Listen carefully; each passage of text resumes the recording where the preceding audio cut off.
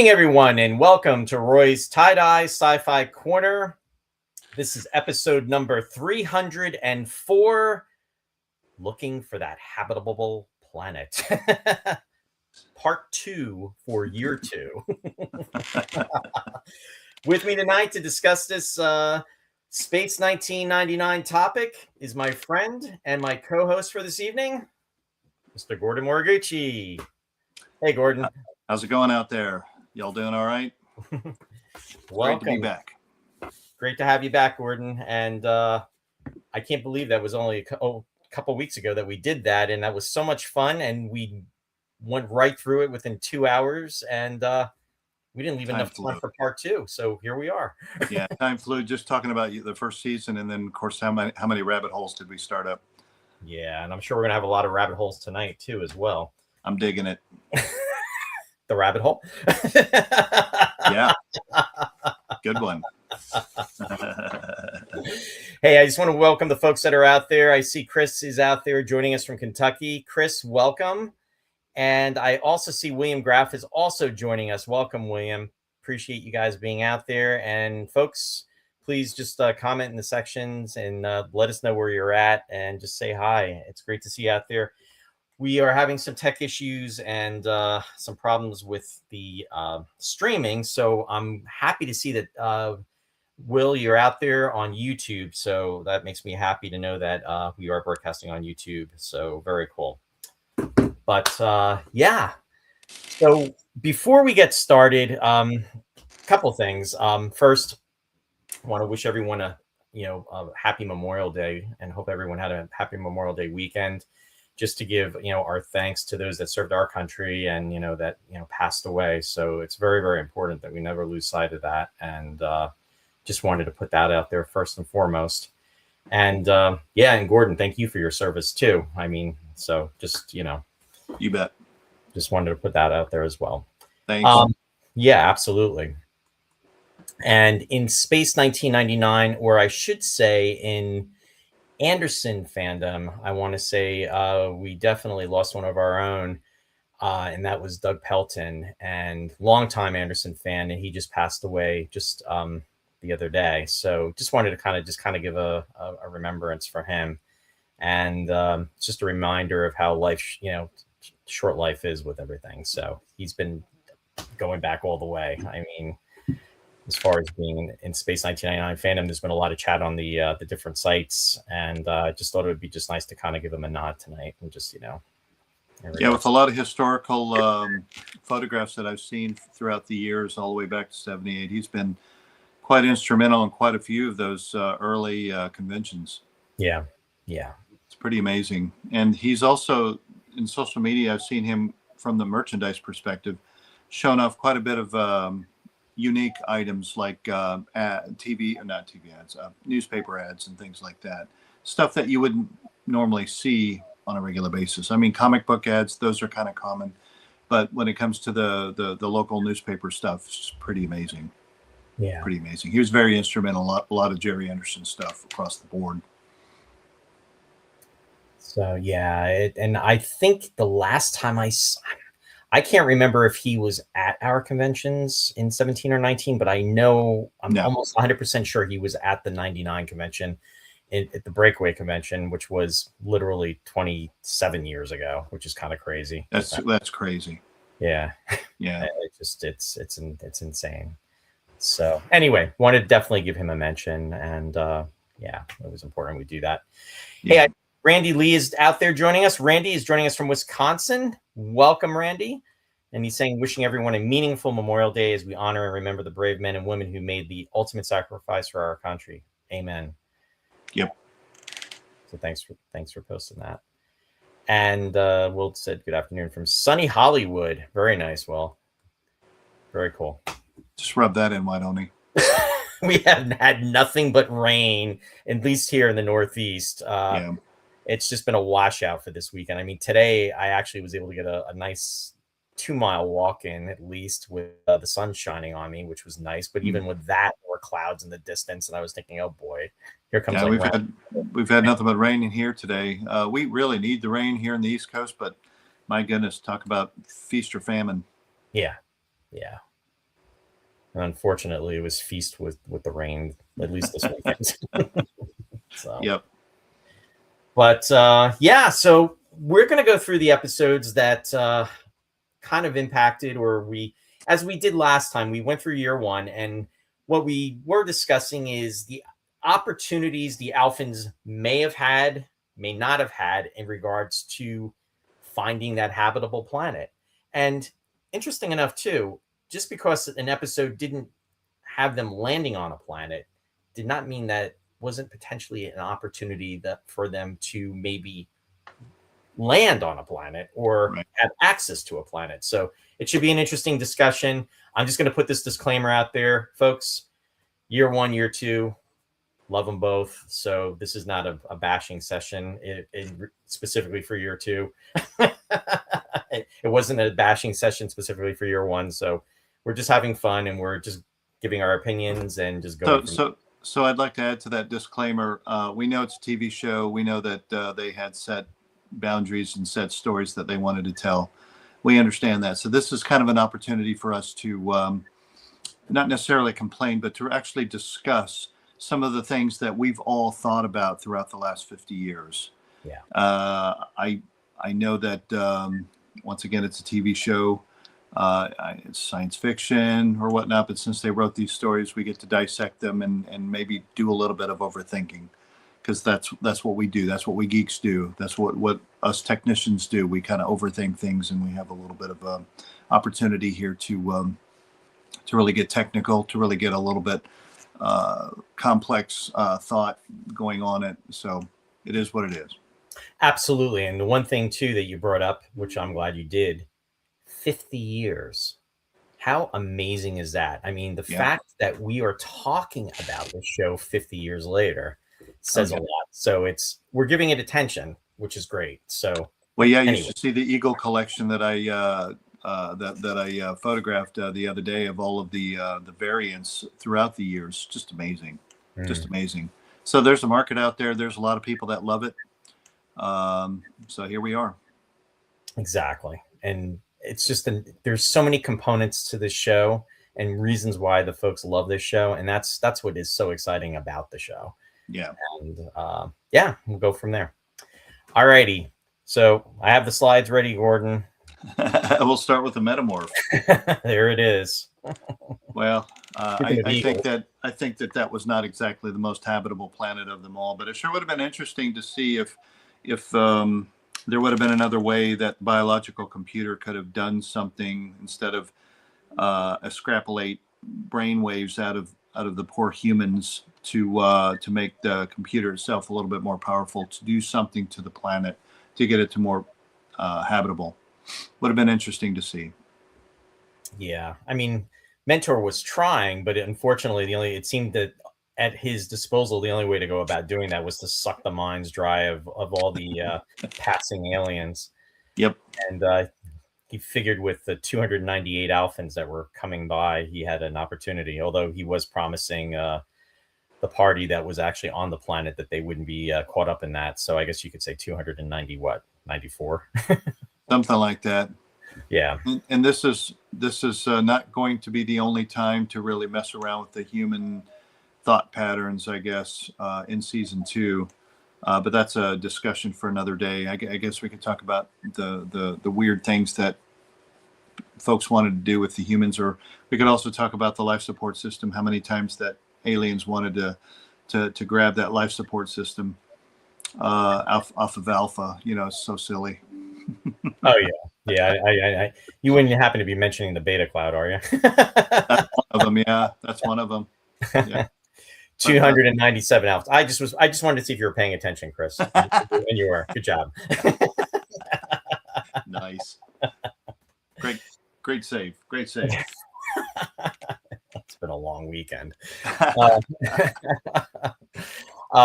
Will is saying Metamorph certainly had another in that impressive line of 1999 guest stars. One of the advantages of filming in the UK meant so many great actors were available. Absolutely. And Brian Blessed, his second go around. Oh yeah. The first being Debts of the Dominion. And yeah. And he was excellent as Maya's father. He really was. It was now so the funny thing about the Metamorph is that First of all, it was a great season premiere. It's very good, action packed, good story. It's a really good story. It's kind of cool to have the introduction to Maya, of course, but there sure has been a lot of iconic stuff in there. You get the opportunity to see the first time of the stun kill on the stun gun. You get to see the Eagle with your favorite configuration of the Eagle 4 with the spine booster and the lab pod. There she is. And if you, yeah, exactly. And if you pay close attention, you can actually see the 44-inch back and forth Eagle 1, Eagle 2, depending on what shot, and you can almost make a game out of it with the amount of times that Brian Johnson had used Eagle 1 in this shot and Eagle 2 in that shot. I think that there's a story behind it to where there was a lot of stuff that needed to be done to Eagle 1 so you couldn't get all the shots, so you used Eagle 2 for a number of shots. I think Trice probably knows a lot more than I do when it comes to that kind of history, but nevertheless, in the actual episode, the organic episode, watching it, you could actually make it out, and you could make a game of it. It's like, Eagle 2. Oh, there's Eagle 1, Eagle 2. I know, and I took that that video clip. I had a lot of fun putting that clip together, doing the editing for that. Yeah. You could, to your point, you could see, where they're doing the different shots and everything, and it's rotating back and forth. I mean, and Yep. Gordon nailed it. I mean, that is like my all-time favorite Eagle. I mean, it's like, oh. Yeah, it's an interesting configuration. I know people have a tendency of complaining about the angled thrusters on the spine booster, but hey, it looked pretty. Even Brian Johnson said, "Well, it's a very busy Eagle. That's for sure." So freaking cool. There's It is. I mean, for the folks that complain about it, you know what? Okay. I respect your complaints, but guess what? I don't agree with them. I just love that Eagle. I mean, it's just it's almost a shame that they didn't use that spine booster again. I know. Oh my goodness. When they possibly could have used it was when they what was it? New Adam, New Eve. I mean, when Alan was trying to get the Eagle off the pad. I mean, yeah, that would have been a good excuse to at least to have had those boosters on the Eagle. Oh yeah, absolutely. More power. Yeah, exactly. Exactly. But yeah, totally agree. It's unfortunate things didn't work out in regards to SciCon, but unfortunately this was not going to be. And but an excellent premiere episode, and episode 1. And with regards to the planet itself, there was a lot of really cool promotional materials made from those volcanoes. I mean, Brian Johnson did a really good job in the whole special effects thing with all the volcanoes and the fire and the explosions. Ooh, there's a lot of explosions in that one, wasn't there? They blowed up real good in that one. And then at the very end, you see the planet blowing up with Eagle 4 coming at you. Yeah. It's awesome. Yeah. How spectacular can that be? The future was fantastic. It was. What was I'm trying to think of the date. I want to say it was, hang on, 29, 30, 30. 29, is that in the tech notebook? September 26th, 1976, it premiered on WPIX Channel 11 out of New York. That's when I saw it. Oh, you're talking about that. Oh, okay. Yeah, I'd have to go to the catacombs for that one. Yeah. You know what it was, Gordon? I actually cassette taped it, and I still have that cassette tape. But what I did was I put the wrong date on it because when I put the date on it to date the tape, and I even remember doing this, I did it a couple weeks after I recorded it because I didn't want to forget. I put October 3rd on it, but in reality, it premiered the last week in September, and it was a Sunday night. So There you go. Yeah. There's that detail you were talking about. Yep. Chris said, sadly, both characters that Brian played met horrible tragedies. Absolutely. And Brian Johnson's special effects is still awesome to this day, as is Nick Alder's contributions. You know what's ironic too is that some of the behind the scenes shots show both Barbara Bain and Brian Blessed in the Eagle, in between takes, obviously, but it's like the way he looked when he was dressed up as Mentor. It looks like, what, I die in this one again? It's Cabot Roland all over again, but in a different right. Yeah, I thought it was so ironic when I first saw that behind the scenes shot, and it's like, oh, that's classic. And it's almost, if you think about it too, I mean, the Metamorph was shot the last week in January of 76. That's when production began. I think it was, again, detail here. January, I think it was January 26th of 1976, if memory serves correct. So that's when they began. And then with Death's Other Dominion, I believe that was filmed in it was filmed in 74, and I want to say in September of 74. Yeah, I thought it was during a warm time of the year. Yeah, When they had that fake snow, it's still everybody's sweating to death because exactly. Yeah, yeah. it's almost like Jimmy Stewart all over again. You know, in It's a Wonderful Life. You know, when they were doing it during the summertime and it was all snowy, but it's all fake snow and everybody's sweating to death. It's like, yeah. Do we really have to pretend? Right, right. Absolutely. It was like a year and a half later that they were back together. So that's kind of cool, though, that they got to do everything. But anyway, moving on. See, folks, this is why we took 2 hours the first time. That's right. That's right. All right. The Exiles. What an interesting episode. Oh, yeah. To talk literally about the planet, though, yeah, I think that there's a missed opportunity, an obvious missed opportunity with that one. It's pretty much cut and dry.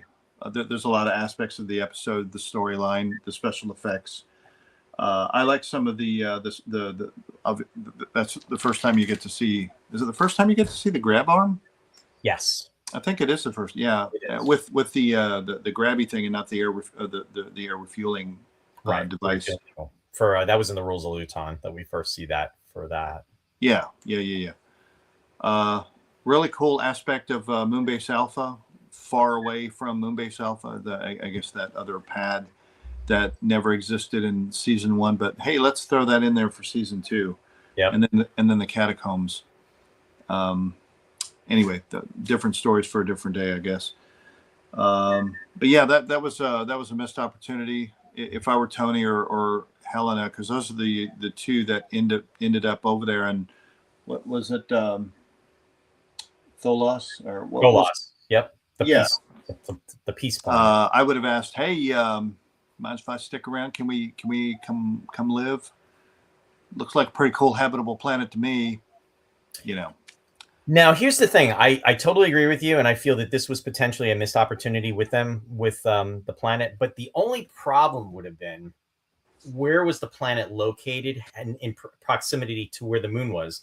And the one thing Maya did bring up to Koenig was that the transfer of them going to Golos, at least the first time, nearly blew out their entire life support system. Now, the one thing that's interesting is why life support would have been utilized for the transference beam. But you know what? It's sci-fi. We go with it. That's not a problem. Right. However, now Golos returns them back to the moon, so they get back safe. So you could say that they had the technology. They used their transporter beam to send them back, and it was no skin off their teeth or no issues with their with overloading their system. Right. However, if the Alphans were to go back to Golos, potentially to live there, would they be able to have them transferred from the Golos beam, or would it be something that they'd have to have recreated, through Moonbase, and then it wouldn't work because it would have, it would have shorted them out. So that to me was the kind of, it's kind of a, iffy situation for me. I definitely agree it has the potential, but there would have been more of a deep dive and finding out, what the potential possibilities were from a technological standpoint. But on the flip side of that whole thing, the show would have ended, and then that would have been. What do you mean? What, episode 2 and that's it? And this discussion would be moot, and we would be done with the show. Yeah. Problem solved. Hey, Charles, how are you doing? Thanks for being out there tonight. Welcome. I'm going to give Charles a short shout out too. If you are looking, folks, for, and this is where I'll do the advertising, and you get this. This is going to be a free advertisement for Charles right here. If you are looking for a Space 1999 type of uniform or jacket. Oh yeah, he's really good at making whatever you want. And we are talking year 2 right now too, folks. So here you go. He does amazing work. So just want to put it out there. Definitely Charles, if you want to put your info in the chat section, please do so. But definitely wanted to give you a plug for that, and you definitely deserve it. Yeah, if anybody's interested, he'll make the Koenig salmon or the Russell blue jacket, the reconnaissance jackets, or just the regular Alpha jackets or the uniforms. He makes the belts. He makes just about anything you can think of. He does. I don't remember seeing too much season 1 stuff, but he does make quite the season 2 um, ensemble. Yeah, he sure does. And actually, I lost a little weight, so I can actually fit into the costume again. I can actually zip up the jacket. I tried mine on since I lost all my weight. Maybe it's a little overdue. Maybe I need to pull that thing out. Check it out. I'm telling you, you know what? I was like, wow, this is cool. Oh yeah, no doubt. It's nice when things fit. But anyway, yeah. So that was the Exiles. Going on, Gordon. This is One Moment in Humanity. Another missed opportunity, and a really weird opportunity to say the least when it comes to the robots versus the humans, or the humanoid type people. I always thought that there was kind of a golden opportunity to take advantage of, but they totally didn't want to go down that road with that story. Sorry, Maya, Helena, Tony, John. We're going to just send you back to Alpha, and we're going to move on in the next episode. Yeah, that's basically how that ended. Yeah, and supposedly there was I read that there was this, Alan sends an eagle down, and Koenig gets in contact with Sandra, but that whole scene was cut, and it didn't make it to the final cut. I'll say. To your point, after the machine had been defeated, there was the potential maybe for them to speak to the humans that were on the planet. Maybe they knew of other. I don't know if the Alphans would really want to live on another ice planet. I mean, they had their reasons for not doing Death's Other Dominion, but but yeah. to actually colonize that planet. But maybe they could have found out about other planets in the system if there potentially were, or maybe other information. I mean, the computer was very sophisticated, and I don't know. There potentially could have been a way to extrapolate knowledge from the computer. Oh, I agree. Absolutely. I still think just asking, hey, y'all mind if we hang out? Can you put our moon in orbit and see if we are compatible? Buy some time, do something. Yeah. So they didn't do that. Do that, which is a shame. Again, potential missed opportunity. I will say though that Derek Wadsworth unwittingly apparently liked Gino Vanelli from Storm at Sunup, doing that whole instrumental piece of the cringy dance thing going on towards the end of the episode. I thought that was actually pretty cool. I didn't realize it was Gino Vanelli later, and I'm a huge Gino Vanelli fan. I love most of his stuff, at least early stuff. I thought that was rather interesting, putting that together. Yeah, I think the music and everything worked. I'm just not a fan of the episode. It's probably my least favorite of the year 2 episodes.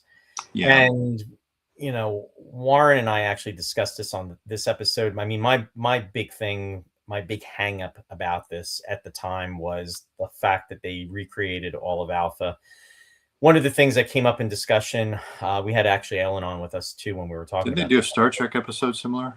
They did. It was the Mark of Gideon, and I hated that episode. I loathe that episode too. The ghost season episode. That's probably this is Mark of Gideon all over again. Holy moly! If we could bring, if Lou, I wish Lou was out there tonight, because he would tell you over the years how much I've talked about that specific Trek. That's funny. Yeah. Now I mean, yeah. Not that we ever digress on this show, but I'm just going to add another notch to that belt. How the heck, especially in that episode, they talk about how overpopulation is such an issue in that Star Trek episode, and yet they're able to recreate this entire life-size replica of the Enterprise. It's like, now what some of the comebacks have been from different folks is that, okay, this was a holodeck, this was an illusion, this was, you know what I mean? So, you know, So saying a holodeck or illusion or whatever is not canon to the original episode, though. yeah. Because they didn't have holodecks back in the 60s. No, and That wasn't an idea. They didn't have holodecks in the 70s either, because that's been one of the things that has been mentioned that Zarl and Zamara were doing in this. This was like a holodeck, and it's, to me, it's rubbish. But yeah, that's just me. I'm not a fan of the episode. I respect the folks that like this episode. I'm just not one of them. So anyway. Alrighty then. Moving on. Moving on. So I guess there's really not a whole lot to talk about with Journey to Where. That was kind of a rock solid story to where they couldn't do it because of this massive galaxy eclipse or something, whatever the eclipse was. Right. Before this, the signal was lost. For however long they were going to lose it. But it was an interesting going back in time episode. I think this one of the few, or the two times that they actually were able to film on Earth. Stick that, Abe Mandel, stick that, type thing, right? Because they did it with Dragon's Domain on the flashback, but this was kind of going back in time. Gives a new meaning for the word flashback, doesn't it? Going back in time, and they're on Earth, right? So cut and dry. It was a good episode. It was a solid story, I think, for the most part. Texas City, however they wanted to depict Earth in the future, it's kind of neat. It's kind of neat to see the I guess the model still floating around in fandom. I think there's pieces for sale, or was for sale for a while ago, but it was kind of neat to see back in Alpha 2014 when we got to go out there. It was a really good episode, though, one way or the other. Although, sure would have been cool to. I think we could find those Christmas lights that they used for part of that city in Target or Walmart now, can't we? We can get those string lights or something like that. That would be kind of cool. That is kind of cool. I didn't realize that. And yeah, and in fact, I just saw a post from James Winch. I mean, he was posting about these, about the Texas City, at least showcasing part of it. And to your point, in seeing that in 2014 was amazing when we saw that in Peterborough. Yeah. It was just wonderful. My hat's constantly tipped, for the ASA folks to give us that amazing display back then. That was probably one of the most spectacular displays that I've ever seen, of course. Yeah. You probably saw something really good back in 2024 there in London. So. Oh, yeah. Yeah. In regards to the episode, loved it. This is one of my favorite episodes. It's especially too because you have Koenig, Helena, and Alan, the three of them, and to your point, they're back on Earth. Yep. And it has different. It has a little bit of everything in that episode, and it's definitely it's a fan favorite, and it's kind of cool that they do get to go back to Earth. Unfortunately, the caveat is that they're in the wrong time. Right. But yeah, I would. The only question that I have is there such thing as a fungoid? According to this episode, there is. I guess so. Catching up on some of the comments, Randy said, "How is Brian the Brain not your least favorite?" It's in that ranking, but honestly, One Moment of Humanity is I probably like Brian the Brain more so than I do One Moment of Humanity. Same. And then there's a lot of coolness factors in Brian the Brain that you just can't seem to get away from. The Swift, the silver spacesuit, just some of the things that they were able to achieve, and hopefully they were able to grab some of that technology. Yeah. But that's wishful thinking. Yeah, no, I agree about that too. William said Market Gideon is bad, but it does have lots of nice views of the Enterprise. Visually, it's fun. Yeah, I'll give it that. I mean, and that's about it. Probably a lot of good reference material for the Ticonderoga folks. Yeah, that's true. Yeah, because of the different shots. And it's one of the few times you get to see, and this is so funny because I am such a communicator guy. It's one of the few times that you get to see Spock using a communicator, and it's very interesting because, and again, I'm digressing and I'm geeking out here, but if you Do it. watch yeah, absolutely. When you watch the original series, Kirk has his way of handling the communicator in the first two seasons. In the third season, he actually holds it a lot differently. In fact, he puts it up to his mouth like this. But he has a way of opening it and, holding it. Spock also has his own way of doing it. And what's unique about that is by holding it in a different angle, you get to see a different perspective of it, which is really cool. And you get to see that when Spock is on the fake Enterprise on the planet Gideon during this episode. And then also McCoy, McCoy, the way he holds a communicator, a lot of times he's got the communicator when it flips, it doesn't just stop, but it flips all the way back.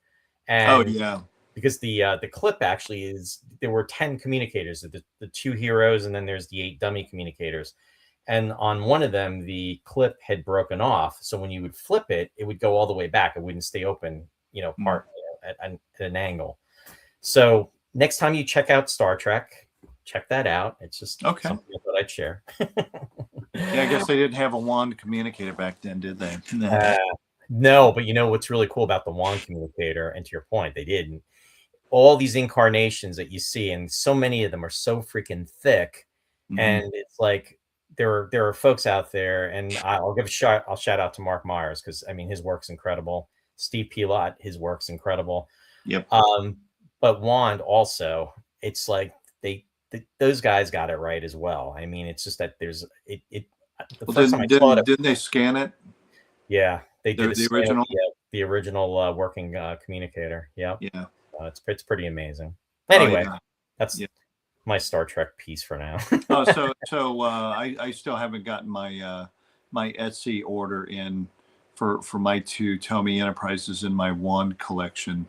So that they make these amazing, somebody I think from Wisconsin or Washington, or I forget where, but I ordered all 3 these amazing stands for both the Enterprises and all 3 of the gadgets from Star Trek, the wand gadgets, and I can't wait to get those. I'm really looking forward to that.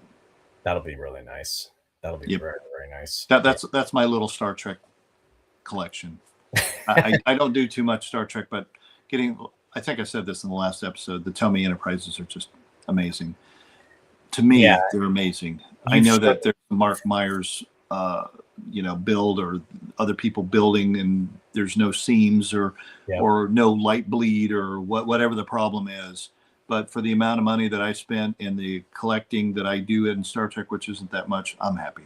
Yeah, no, you sent me photos that you have of that, and that thing is just beautiful. I love it. It's the motion picture Enterprise, especially. My favorite scene from Star Trek: The Motion Picture is when Kirk goes to the Enterprise for the first time, when Scotty's in the pod with him. Shuttling him over. I could just sit there and watch that like every night, because it's just like, the Enterprise is like a main character, and when he sees Kirk sees her for the first time, it's just like, oh, incredible. Well, one of the buddies of mine, Neil Strawbridge, he actually plays music, and he actually did his own little the Jerry Goldsmith's music going around the Enterprise with Kirk and Scotty in the shuttle. To the Tomy Enterprise. It was kind of neat. He did a good job on that whole thing. I'll have to forward you the link. It's kind of neat. Yeah, I look forward to seeing that. That's really cool. Okay. Chris commented, he said, I enjoyed One Moment of Humanity. He also said, I like the environmental message behind Journey to Work concerning Texas City and Earth in 2020 AD. Yeah, one of the things about that the one line I did not like in that episode is when they say, who needs nature? And then Alan goes, who needs nature? It's like, really? That was kind of a downer with that. Yeah. Let's see. And then Randy said, but that Brian voice. Yeah, agreed. I agree. Brian the Brain is one of my favorite episodes. A reprogrammed Brian would have made a cool regular character. Chris, I respect you liking the episode. I was going to say, is this a Brian the Brain episode of Roy's Tie-Dye? He We said, I did probably not. could talk about it. We probably could, and we probably will. Yeah. He said, I did not like the market getting either, despite its social commentary on overpopulation. Yeah, the message was good, but that's where I fall off. He also said, love that scene from Star Trek: The Motion Picture and the late Jerry Goldsmith score in that. Yeah, absolutely. The other episode next on the list, and interesting enough, Gordon, I know the tech manual has Journey to Where first is episode number 4, but I came to find out that all that glisters actually was filmed before Journey to Where, believe it or not. Nice. But anyway, this is a journey to a planet, and definitely not going to work out for them. But well, I mean, they only had one goal, and that they knew that they weren't going to live on it anyway. Milganite, I think, is what they were looking for. Yep. And I'm going to assume they never got any, but nevertheless, there might have been an opportunity if there was some sort of, I don't know, seeing what happens with all those crystals that they used in order to develop clouds and for rain to happen again for that rock. So who knows? Might have been another Guardian of Puri type opportunity to where we probably should have stuck around. The crystals really are doing the trick, and we probably could have tested the soil and with our seeds and start cropping and blah blah blah. But limited time, not going into orbit, I guess prevented that. Yeah. Yep. Agreed. The one complaint that I had about that episode, aside from the guest star, that was his name, Patrick Mower as Dave Riley. Yep. I know that he was a bit cringy, but Irish cowboy. right. Yeah, interesting combination. I think though that I think everybody complained about, because they made such a big deal about this is the Lab Eagle, but it's the Eagle 2 of the Lab Eagle, and they even did the model kit, the first Lab 22-inch kit as Eagle 2. I mean, shout out to Jamie Hood for doing that, and then they added the spine booster as a separate kit, and then they used his painting for the box art was also of all that glisters, and I love that. That was amazing. The only downside was that Brian Johnson kind of lost continuity when the Eagle was trying to go based on the control of the rock, and when you saw the underside of the Eagle, it's just standard transporter compared to the Lab Eagle. And I think most people caught that, even on a little 12-inch black and white on your grandma's TV. It's like, what happened? yeah, that was a little disappointing. Yeah. Interesting story though. It was an okay story. I think that if they didn't have the Riley thing or Red as death or some of that stuff is a little odd. I suppose we could dog it pretty hard, but it was an interesting premise. I don't know what Milganite is. I haven't looked it up. I didn't know if it was part of the table, but nevertheless. So I guess I could complain about, on the Metamorph. Oh, they were after titanium. Well, shoot, man, I can go down to my my gas grill and get my spatula. Here you go. Is this going to take care of your problem? I know that we're talking about 75, talking into the future. Right. I don't know how great titanium was back in the 70s, but I just thought it was ironic that we have so much titanium now. Is that what they were looking for? Really? Titanium? Yeah, because you had titanium, terranium. Terranium was in Catacombs of the Moon episode. Yeah. And then you have Milganite, which is in this episode. Yep. This episode, I don't load as much as... Actually, this episode is kind of like a semi-guilty pleasure episode. It's like, I don't mind it so much. I like the fact we get to see at least the lab pod eagle. My one quip is, they do say that the, Helena says during her report at the beginning, status report, that it's Eagle 4 has a special laboratory section in it. It is so big. If again, it's almost like the TARDIS with the command module, because it's like it goes on and on and on. It's like, how do you know what I mean? It's like the fact that it's especially a special module, for special laboratory section is one thing, but the fact that they had it so large, I think, but again, they didn't expect us to be scrutinizing it to the level of detail that we were. Yeah. And it is what it is. Another highlight for that episode was the stun gun shooting all 4 barrels. Right. You just took the words out of my mouth. I was just going to say, I mean, we get to see the innards of the stun gun, which is kind of cool. When Maya is working on it, I was like, oh my God. It's like a transistor radio. Yeah, absolutely. But the fact that they actually opened it up, and I was like, oh my God, that's so cool.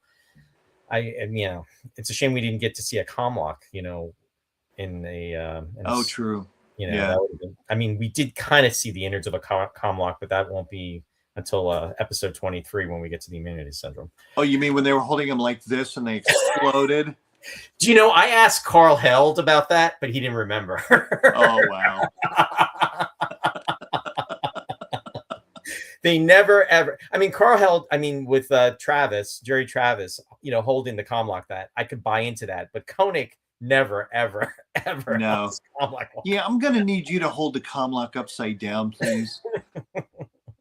No, the only person that actually does that is whatchamacallit, Commissioner Simmons, when he's in Earthbound, when he's in the tube, he's got it upside down when he's looking, and then when they do the close-up shot, of course it's not even him holding it, and then they pull away, and then he goes to turn it to see what the lunar time is, and he goes, "What's the matter with everybody?" And he flips it twice, and it's still upside down, and then he clicks it.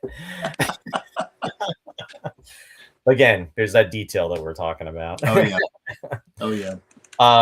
Hey, hon, Shari's out there saying hi. She said, "Sorry, I'm late." No worries. I know you're busy. Hey there. Randy said geraniums. Oh boy. Oh, and Will said Spock's brain versus Brian the Brain. Which would win? Brain and brain. What is brain? Yeah. I understand. Large do say. May God rest her soul. And then Chris said, I can understand the late Martin Landau and Tony Anholt's deep dislike for all that glisters. I had an interesting idea, but it was executed wrongly. Yeah, fair enough. Yep. But anyway. I think they kind of, was the Tabor the next? Yeah, and let me tell you something. I didn't even list that one. You're absolutely right. It is the next. Here's the thing. They could have attempted to have gotten information from him, and that's probably what you're thinking, or you were going to say. Yep. But I wouldn't have trusted him anyway, because the thing is, he couldn't be trusted. So They could have gotten information, but then who knows where they would have been, be sent. And then when everything ended, he basically took everything back and he hightailed it out of there. So really, the only way they could have gotten the information is pretty much if they put him in, in the brig. Oh yeah, no doubt. And would they have had enough food to feed him? Yeah, exactly. He's asking if I enjoyed Chris is asking if I enjoyed the Tabor. The Tabor is not one of my favorite episodes. In fact, it's probably on. The beginning was great. Okay. The beginning was great. I liked it. The ship is cool. I admire. Talk about the solarium with all the girls in it. Oh. Which they recycled that scene in The Exiles, believe it or not. Yep, they did. They used that because it was in post. So yeah, that was probably the only good thing about that episode was. Yeah, they used that. I don't know if anybody actually sees the YouTube Igeon edition of this before the actual Blu-rays originally came out in the early 2000s, but they made a video of the Igeon edition or whatever, and they made like an alternate version of the theme for season 2, and they used one of Derek Wadsworth's alternate versions, but they made it funny. I'll have to shoot that link to you. Yeah. But as they were showing all the cast, they said, and the Moonbase Alpha girls or something, the girls of Moonbase Alpha, and it was just so funny because they used those scenes for that. Gotcha. Yeah, it was like the extended version of Force of Life. Yeah, in the yeah. solarium. Well, the Solarium in Force of Life was much, well, I mean, loved that. I mean, everything about Alpha in season one was much better, I thought. Uh-oh. Or it just seemed like you were in a closet I on know. the Solarium in season two. It's like, what is that really the same thing? Oh no, No. And they this, really changed everything out. they did. And I love the making of Space 1999, and I wait in anticipation for the release of the making of Space 1999 at plus 50 that I'm hoping comes out sometime in the next couple months or by the Yeah, end of the year. so if you're talking about the Anderson edition, yeah, July I think is when they're uh, forecasting now. Okay. I think All there were right. some issues with the licensing or something going Yeah. on, but So that, yeah, it's been a waiting experience because actually, how long have we been waiting? We've been waiting since, well, September September, 13th of right? last year. Um, 7 months. yeah, so not really a year yet. I mean, good No. grief, we've been waiting almost 2 years for the Giant Leap Eagle to come out, and those finally came out. Hallelujah. Which, by the way, if anybody's gotten their Giant Leap, give a shout out. Those big eagles. In my opinion, I think that company executed very well in them. I know that there were some issues with the little figures, and they're trying to make good on those. But when it came to the eagles themselves, I know they were a bit pricey, but I mean, good grief, the execution of those were just remarkable. Yeah. Kudos to Tim and Craig, Giant Leap, and Yep, also Zyka Toys. Those guys knocked it out of the park, they and did. I'm going to be actually having them on the show, hopefully sometime next month. Oh, that'll be cool. Maybe you can Yeah, do box opening or something like that. yeah. So that'll be That'd be awesome. yeah. I'm really they really were so passionate about the project and so much care. And in fact, I do have a slide for them later on in the show. When we do the shout outs. I mean, imagine you. I know this is mostly folks here in the States, but you get to go back to Christmas of '76, and you're like this big kid all over again, opening up your Big Eagle, and then it's a really good experience for the first time for anybody else who's never experienced that, Yeah. whether you're in the UK or Canada or wherever you're getting your Eagle. Um, it's just an amazing toy, amazing playset to relive or live. Pretty awesome. I It's can. not designed to be canon, so Nope. if anybody wants to get technical in that department, So it's just a big kid's toy, yeah. and But it's that's a big toy. yeah, exactly. And that's what's so unique. I mean, and the folks that were fortunate enough to have seen it or have it back in 1976, I mean, it really resonates. Yeah, absolutely. It resonates. And it's just like, Yep, wow. I mean, in here, 50 years later, again, we're talking about this stuff 50 years later. yep, It's so yeah. freaking cool. You, It's you like, know, we're talking about missed opportunities. This is a missed opportunity for Mattel. I think that they probably would have sold pretty well. yeah, I definitely. think And that they you and would I have at talked least about gotten, this years ago. We yeah, were talking about this years ago about how they should have done that. And I'm glad, you know what?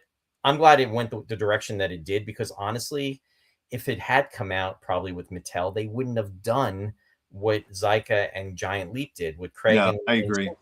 It would have I been agree. a re-envision. It would not have been a Would have re-envisioning, been or the same Eagle. it would have been the same. Exactly. It would have Yeah, been.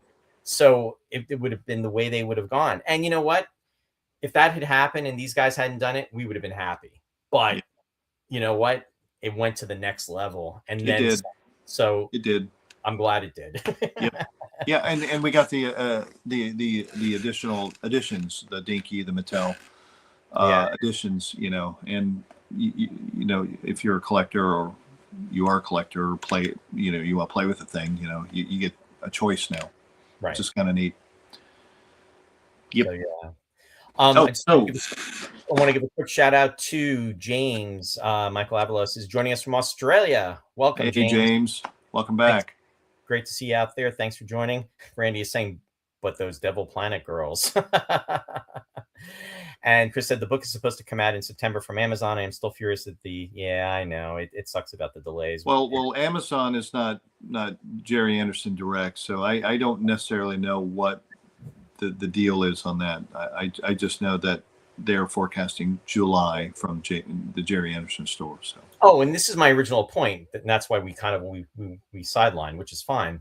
We never digress on this show. The making of Space 1999 back in '76 had the original layout, the studio layout. Yep. Now, to me, it was a double-edged sword. When I first saw that, I thought, "Oh my God, this is so cool." However, on the flip side of it, when I would watch the episodes for year 2, I would know, which is kind of cool, know exactly where they are in the studio.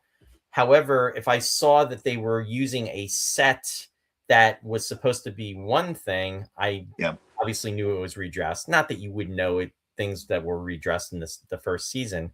In fact, the only standing set really in year 1, I believe, was the main mission and also the Eagle. And the Eagle set was moved around. Medical Center, we got to see it change a lot. Oh, and the Commander Koenig's office as well. I mean, that was redressed. Mm-hmm. But anyway, during year 2, there's a lot of different sets and that were redressed. And to your original point, Gordon, when you were saying about the solarium, it's just that they redressed that set and it was just very cramped. It wasn't like the solarium that we had in Force of Life. So speaking of the making of 99 studio blueprint, I think I forwarded you a high-res version of that. You should post that on your page so everybody can see it. Yes, I will do that. Not at the moment, but I will. Thank you for reminding me about that, though. Yeah. I mean, whenever. Yeah. It's not going to happen. Not with this computer. We're lucky we were broadcasting. Anyway, we're up to episode number 7. Hey, we're Mark of Arcanon. Yes. Is that what you got? That's what I got. Yeah. Okay. So Mark of Arcanon, what an interesting, I got that too. Interesting concept. I guess we could talk about the incompatibility portion of that, where would the humans get the Arcanon sick, and they wouldn't be able to survive because any loss of blood or anything like that, because they can't rejuvenate their own blood. Yeah. That must be that's a weird limitation for a humanoid society. I mean, what do they call themselves? The people of peace or something like that? Yeah, the peace givers or the peace givers. I think so. Yeah. I don't remember. But with the killing sickness, I guess casting out those folks who literally had that was probably the proper thing to do, because that would preserve their, from other people dying, preserve their race one way or the other. I know we don't have to worry too much about that since we reproduce blood or whatever, but I don't necessarily think that would have been a good opportunity for the Alphans to be asking whoever that queen of that spaceship was that came through. But I will say, though, that since they had the technology and they responded pretty quick, almost like an ambulance, it's like, oh, yeah, we found your, whatever. And then here comes the Arcanon spaceship. Like, well, is there other planets? Is there something else that we could take advantage of? I mean, they could have at least posed those questions, but nothing was ever expounded on when it came to that. Chris commented, love the Mark of Archon. The friendship between Alan and Ettrick was a cool subplot. Plus, I love Veronica Lang's appearance as Morna and Lyra. Yeah, because Lyra was Pask's wife, and she was the one that made the decision to, overrule him and then also put him in stasis along with Ettrick. And how hard that had to be. I mean, she had to leave her son basically, and Yasko even says that, how could a mother do that to her own son? Because when Tony makes the comment about, doing that to your own race, and she's like, well, how could a mom do that to her own child? Right. So definitely, yes, the Peacekeepers, exactly. Never understood why the Alphans did not go with the Peacekeepers. Now you brought up something. You brought up actually a very interesting point, Gordon, and I didn't actually think of it in terms of that, but I thought that was a very, very valid point. Oh wait, before I put that up, James also commented and said Koenig and Maya go looking and dodging asteroids. Yeah. Yeah. They were unable, because Helena came up with a way to combat the virus. And in order to do that, they would need to have a surplus of blood. So the Yep. killing sickness, I don't know. Was it your takeaway that the killing sickness originated on Earth, or No, I don't know where that came from. I think that they had to deal with that. Well, internally maybe on it their did. planet, right? Maybe it did. Yeah, I don't know. We really don't know, but whether it did or didn't, I I guess think doesn't matter. they But insinuated. in regards to them coming across other diseases or viruses, besides the killing sickness, they would be compromised if they could not reproduce enough blood in their own Yep. systems. That would potentially be a problem, because I was actually thinking that it would be an opportunity for them, because I was thinking Morna would be able to potentially help them, because to your point, well, Pask when Pask activates the monitor transmitter when they reopen the case up, and then he's explaining to Tony. He says, what it does, and then Tony says, we don't have it. We have these, but they don't look anything like this. And then he asks, what's the range? And then he's like, oh, whatever range is desired. It's like, oh, isn't that nice? You're clear again. Right. You're clear across the universe, but you know what? You've got your handy dandy monitor transmitter, and you don't leave home without it, folks. You know That's what I right. mean? That's right. And then here comes the spaceship, just like an ambulance. And it did. It was there. So, yeah. with that said, maybe they could not have pointed them in the direction of their planet, and it seems like they have a lot of knowledge. Mhm. Maybe they could have pointed them to a different direction, to another, Yeah. another world. So I They could have brought a spare spaceship too. That'd be cool. yeah, That exactly. would have been nice. Yeah. So I mean, again, I'm not bashing year 2, folks, for the year 2 lovers out there. It's not my intent. However, one of my things that I was not a fan of was for the second series, year 2, because again, I have my year 2 episodes that I love. Yeah. One of my complaints just was that the universe seemed like a really, really big place in the first series, and then in year 2, not so big. That's just that's just kind of like, that's kind of where I fall off at times, and it just kind of, But hey, nothing's perfect, right? I mean, the important thing is we are here 50 years later talking about the show because we love the show. What's a good space warp between friends, right? Oh boy. Hey, Micah's out there. Welcome, Micah. He's joining us, and he said, back in 1978, I had a medical black strip of plastic you placed on your forehead to say whether you had a fever or not. A big F would appear. Color determined its severity. Like the sign of the killing sickness on his forehead. Wow. Well, technology, right? I guess that's pretty cool, actually. Yeah. So anyway, that's my feelings. I mean, I did like, to Chris's point, I really liked the relationship between Alan and Ettrick. I did ask Nick about this too, but he really didn't seem to remember or comment too much about it, because I was curious how it was, working with Michael Gallagher, if he had any memories of it, because they really had a good rapport. Sadly, Michael Gallagher's character was dubbed, in this episode. Oh, it's a shame. Yeah. Maybe they did it because I don't know. I think that they could have picked some better uniforms. I agree. Yeah. I mean, I know they were trying to go for the Egyptian thing, I guess, but yeah. I wasn't a big fan of the uniform. No, I wasn't either. No, I totally agree. Although I thought it was fun I thought it was cool when they were playing football on Alpha, tossing the ball. That was really cool. That was because they were mates. They were, exactly. Yeah. James said year 2 is such mixed and rushed hot mess. Lots of great memories. Yeah. And again, I'm not knocking it. I'm not. but it's just, there are different things. Anyway, onward and upward, as they say. And I have, next on the list. Luton. Luton. The rules of Luton. Luton.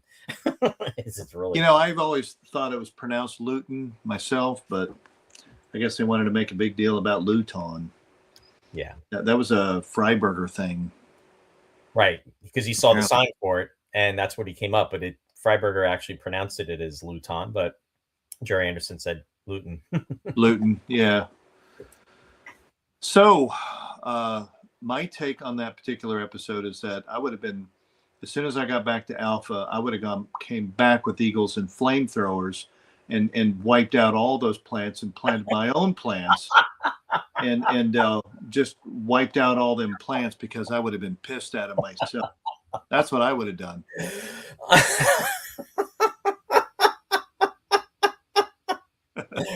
Oh, shoot. You didn't just say that. I'm laughing so hard. My contact. Put me in a cage. Put me in a cage.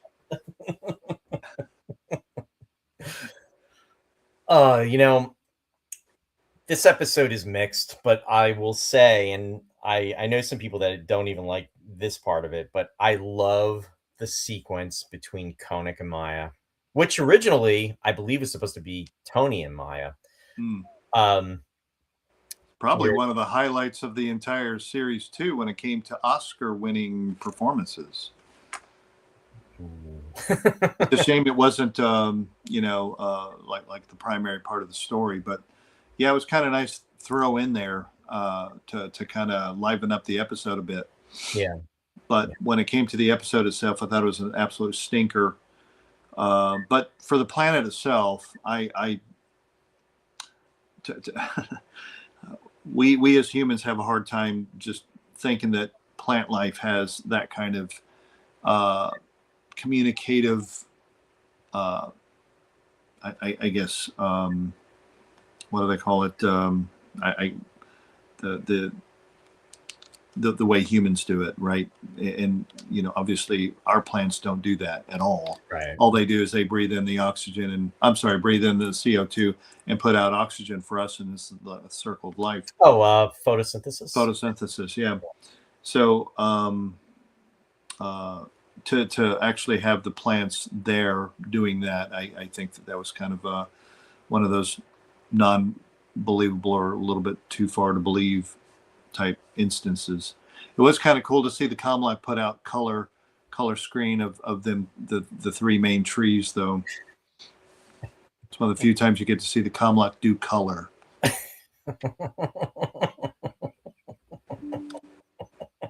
If I was Koenig, and back on Alpha, it's like, it sure be nice to have a color screen, and I would have made a deal about that. It's like, I got my new Comlocks, something. I mean, the continuity wasn't quite there, but yeah, it's kind of neat. All right. but all jokes aside, I would have I'm serious. I would have come back with a flamethrower. It's like, oh yeah, I'll show you what we do with our plants. And I would have showed videos of some of our forest fires or something like that. It's like, this is what we're going to do to you next time. So we're going to take this parsec of the planet, and we're going to plant our plants over here, and y'all stay over there on that side of the fence. Y'all can't move. Oh, actually, they could move a little bit, couldn't they? I remember the vines moving around. And they could move. And then the other thing you're forgetting, though, too, is the planet actually went undetectable. It actually went invisible. That's right. That's right. Bastards. If they knew if they knew that the Alphans were coming back to do that, they would have gone dark. So it wouldn't have worked. That's true. That's true. So I get what you're saying. In all seriousness, I get what you're saying about how they could have retaliated. Mm-hmm. But here again, this episode reminds me of it's almost like an arena type episode. I mean, I'm not trying to make the Star Trek Connect correlation, but I mean, it does.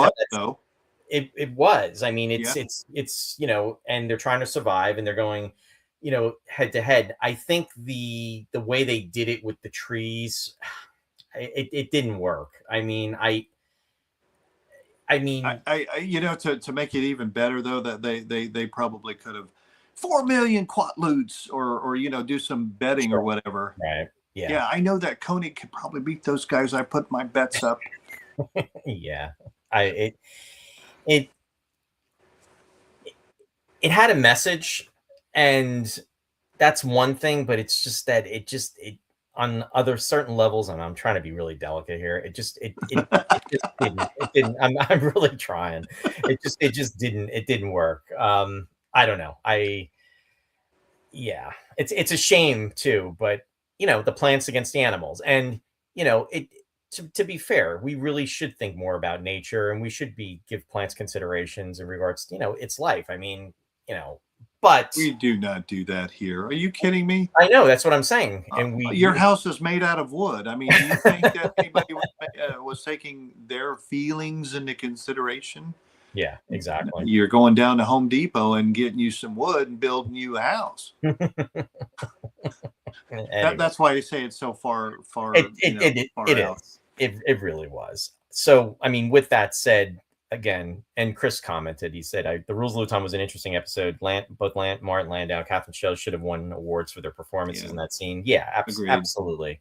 I mean, now, if they wanted to talk a little bit about how Rush did their song with the trees, the oaks versus the maples, that's a little different right there, and that would have been a little bit more believable. But yeah, people versus plants, yeah, I just, it's a little far out there. It was. It definitely was. I want to say hi to May. She's joining us from Canada. Welcome, May. Hey. And she said she just got home from work. Glad you cool. And I see Jenny's out there, and Jenny's also joining us from Australia. Welcome, Jenny. And she said, plants are quite sentient. They have feelings too. Tell that to the trees of the ones that gave up to your house.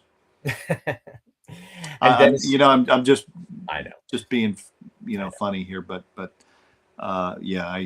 maybe they do. I think that we've actually read some readings on it, and if you sing to your house plants, they probably grow a little bit better. Well, play nice music or whatever. Remember the Star Trek episode for the Cage on Talos 4? The singing plants, right? Yeah. Yeah. Where Spock smiled. Yes, where Spock smiled. Exactly. I'm having deja vu that we had this conversation 2 weeks ago. You're just having too much fun, Gordon. Ooh, moving on. Before we do, Dennis Chevalier, welcome. He's joining us also from Canada. Hey, Dennis. James said, "Yep, the scene with Koenig and Maya was a nice character development, but what the hell, Luton?" And Randy said they were all basically Venus flytraps. No, not the DJ from WKRP. Hey, Stephen Reader's out there. Hey, Stephen. He said people kill people just because they were different from each other. That's disgusting. Yeah, right. Exactly. Good point. Yep. Good, and hope you're doing well, Stephen. And Dennis saying hi to May, and then Randy said colon Operation Roundup. Anyway, moving on. Oh, and one of the things we brought up earlier was we get to see a eagle being refueled, which was kind of cool. Yeah. And that was the first time we get to see that. So there was, and wasn't it the weird look that Tony gave, because he was kind of scouting out looking for the silly planet, and when the planet appeared, he almost kind of crashed. Yeah, he's like, oh yeah. And then the eagle goes really, it does this like whoosh. It was really cool. It's like, wow, how did Brian Johnson? He must have sped it up. that was pretty cool. I have next on the list New Adam, New Eve. New Adam, New Eve, right. Jesus. Megas. Yeah. Yes. So that was I don't know if we really need to call this a missed opportunity. I don't know what kind of negotiations we would have been able to take advantage of. I mean, the amount of power that Magus was able to harness. Yeah. I mean, it was a shame that the planet was being held together by him, I guess. Well, it was because the moon was too close. If the moon hadn't gotten, I guess what happened was he had the moon get close in order to hold it into orbit around the planet. But in Yeah. so doing, he must have miscalculated, and the pressure of the strain, the gravity strain, according to Maya, would have destroyed the planet, which it ultimately did. Yeah. But it didn't really have to happen. So that was like Magus's doing inadvertently, because Yeah. he was trying to trap the Alphans. But it's such a shame that there was kind of a missed opportunity on that for negotiation, if there was any kind of opportunity at all. But that's about the only thing that I can really come up with on that episode. Yeah, because they weren't going to get anything out of him. And the mutants, unfortunately, they got destroyed as well. Which Well, they wanted to. Yeah, they did. They did. They didn't want to. They didn't want to live anymore. No, after what he did to them. No. Yeah. No. And then Brian. I guess moving on to that is Brian the Brain. Yeah, Planet D. Planet D. Yeah, there's really not a whole lot we can really take advantage of when it comes to Planet D. We've talked about this before, about the coolness factor of that episode, which was a few things, but not the story was not too well. I didn't really care for the idea of, we're coming up across another Earth expedition. We're coming up with a weird robot that has his he's like on a killing rampage. AI got run amok, I guess, whatever you want to call it. Sure. And then the robot itself, I don't know. I think R2D2 looks a little bit better. Brian the Brain was just, he looked like one of them disco lights that you saw in Spencer back in the 70s. Yeah. Especially his face. It's like, well, I could stick that in my room and play some K-Tel records or something. K-Tel, oh boy, there's a term I haven't heard in years. Right. Real quick, James commented, I do enjoy the episode in a wacky way. Magus was whacked. He was whacked. And Randy said, best mustache episode for both seasons. That's true. And real quick, Chris said that New Adam, New Eve was reminiscent to Who Morts for Adonias. I'll tell you something. I really liked and thought Michael Forrest's performance of Apollo was exceptional. I thought he really nailed it, and it was a tragedy, and you feel sorry for Apollo at the end of that episode. I really didn't have any remorse for Magus at the end of this episode. So that's the difference. Oh, another coolness factor of New Adam, New Eve, the side boosters of the Eagle. Absolutely, yeah. That was a merchandise gold mine right there, at least for Eagle Moss and 1612. Yeah, beautiful additions to the Eagle. Oh. Yep. So skipping over AB Chrysalis and Catacombs of the Moon. Yeah, I actually had AB Chrysalis listed, not so much. Actually, hang on, my computer got stuck. Hold on one second. Sorry. Yeah, hang on. I'm almost there. Almost there. Hang on. There we go. I don't think they could have. I mean, let me put it to you this way. At the end, if they had any knowledge in regards to any planets or any information after Koenig actually got through to them, yeah, potentially they could have maybe given them some kind of information, but it wouldn't have helped them as far as the main planet, because it was chlorine, and then also the moons. There was no atmosphere. It was just like the Earth's moon, as Maya said, atmosphere negative. Yeah. But that was my only thought in regards to that. I think that the only thing that they could have taken advantage of was maybe some of the technology. Yeah. Quite frankly, creating a shockwave like they do, that would have been interesting technology. And then what's up with the Eagle finding that one spot? What are the odds? I mean, I know we talk about this over and over again, but that's one of the parts of the story that I, even as a kid, it's like, really? The only thing, I mean, and we don't know, is that maybe their computer got pre-programmed somehow, or the information was relayed, but it's just that it wasn't, They disseminated. did it in war games. They did it in war games. Yeah, yeah, So why couldn't they have done it in AB Chrysalis? yeah. Now, that would have been that would have saved the whole story right there. Is that? I agree. No, I agree. So And they did it. They actually did. They do it in Devil's Planet too. yeah, They do it with Fraser's eagle and Alib's eagle. yep. The controller, brings them down. So yeah, they could have done that. Absolutely. No, I'm with you. Creation is better than destruction. Yeah. Anywho. The next one I didn't put down Seed of Destruction, and because I think that's next on the. Oh, actually, Catacombs of the Moon should be next. Yeah, Catacombs, Seeds of Destruction, Beta Cloud. We can skip over. Yeah. Matter of Balance. That's Sure. well, I think that we've made fun of Vendress so much with regards to his outfit. It's just not even funny. So maybe we'll skip doing that. But the planet itself, I think that might have been, well, it was antimatter, or didn't it turn back? Well, Maya says it's gone, yeah, because Tony says the planet disappeared from underneath us, and then she goes, it's gone back to being antimatter, which I didn't really understand, but okay. Yeah. So the whole thing is it was gone. They could not be trusted because they were trying to essentially, imprison the Alphans into an antimatter world. The planet disappeared, so there's nothing for them to get information from. Right. So I would say that's null and void. Back to Tony's hops, right? Yeah, I'm with you. Exactly. And then Space Warp, there's really not much to talk about. Bringers of Wonder Parts 1 and 2, not really much to talk about, except for another dream sequence back to Earth.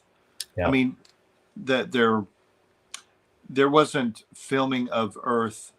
Well, I guess there was with the rowing of the boat and maybe the dune buggy scenes in the dream sequence. That's about it. A couple of pictures of New York City. Yeah. Yeah, they used to call this the Big Apple. Oh. I hear you, old Earth man. Yikes. Anyway. Now, this one that's next on your list, I think is a huge opportunity. Dorsac? Huge, yeah. Absolutely. I agree. That's a huge missed opportunity right there. I don't know what they were thinking or not thinking. This one, out of everything that we've discussed up until this point, has everything going for it. I mean, come on. Yeah. They found out everything that had happened. They pretty much, Alan, would have gotten the girl, Sahala. Yeah. I mean, they found out with Dorsac, he was evil, and they just let her go. They don't, nothing happens with it. He basically says goodbye to her. And right. That would have been actually a great last episode of season 2 instead of the Dorcons, meaning that if they changed the story just a little bit to where the Alphans are going with these people back to their planet, that would have been happily ever after right there. Yeah.